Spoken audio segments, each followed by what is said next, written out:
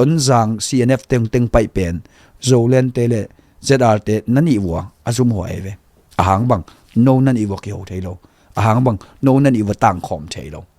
to kha khatin la na huang sunga CNF te paisa hial aki sap le lam khong lak an khong wan sak akhatin la nang zo lo banghang nang zo ding hia anan pi ding anaw te au ten nan pi tuan lo cha au in jong abeka nang zo lo u naw chi khong pen ki world cup changa ki nang zo hina nang atwa mi tur kharong pai pen no za thum khong bek phawe te ki gom leo te jong thau toy sin active sin to tengin tur khat pen nan ninga bai lo we ta cha no na ki polo chang nan hak sem me Tonzang pen banghang ina ki khahsuah chi mai ding hiam cc te kyang atung Tonzang akap dek lamu zeta fiwina ki thelwa hi zeta fiw pdf zolen thelwa hi thei na en ikap ke le cc chinen council te la ding hi chi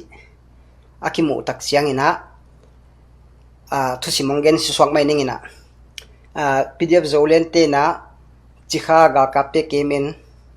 Tonzang ga kapte kemen aman sa lilian hi to hi tak chiang ina hi cc teng pai le mi tam dingu ai chiang ina en imun imwal khahsuah khading hiang chi na to jete fiu lampanina sol na ngomina ni wa eastern command hi makai tua u khamin thang kyang again to ke ma man ka gen mo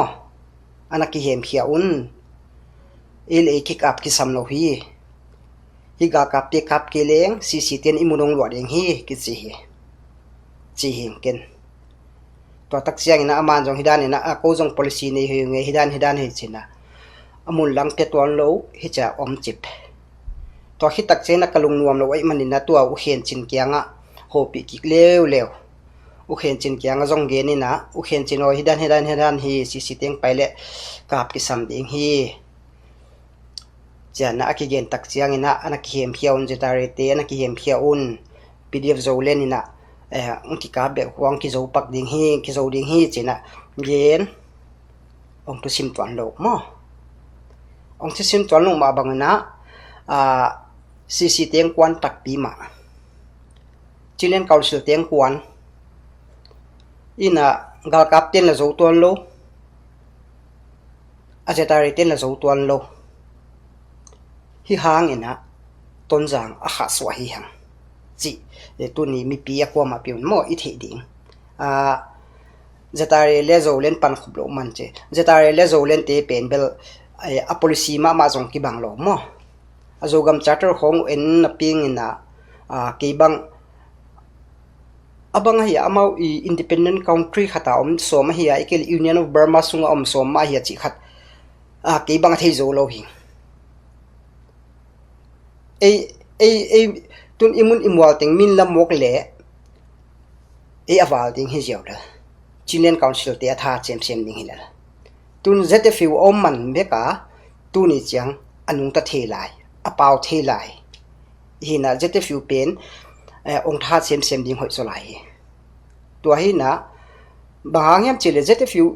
atha ki sapna banghang yam chile tuina tedi ma so lo na ki kap khadeng hi to ma bai na chilen council ten jong kap som hi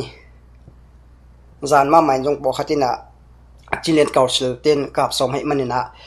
chilen council sunga ma aki hel mi por khatte na hu na khong dong koi hi chilen council te khut sunga Tonzang khahsuah khin hanga tedim khahsuah lai ding mo chi ngai su ding zolai hi to manina akwa ma piuna zete fiu te pdf zolen te khong pumgen se chalo di tu lai tak i political survival na ding ina zogam sunga zete fiu te bek ma ki sami zete fiu ina kum li sungina ana sip za pen